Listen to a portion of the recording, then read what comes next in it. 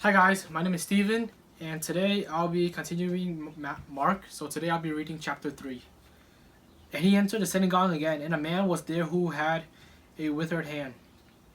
So they watched him closely whether he will heal him on the Sabbath so that he might accuse him. And he said to the man who had the withered hand, "Step forward."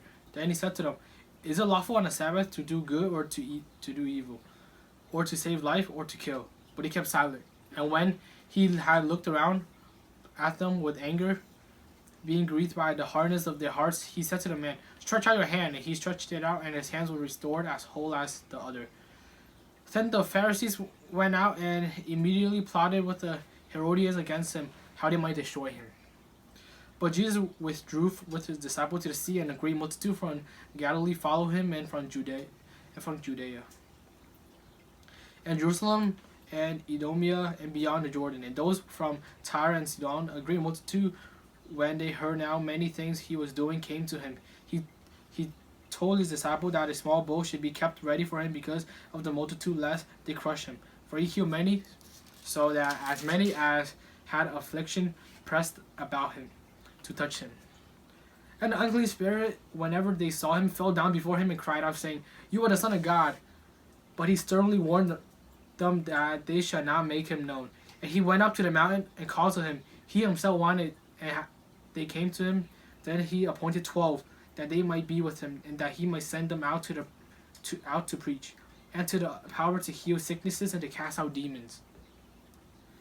Simon, to whom he gave the name Peter, James the son of Zebedee, and John the brother of James, to whom he gave the name Boanerges, this is son of thunder, Andrew, Philip, Bartholomew, Matthew, Thomas, James, the son of Alphaeus, Thaddeus, Simon the Canaanite, and Judas Iscariot, who was also betrayed him.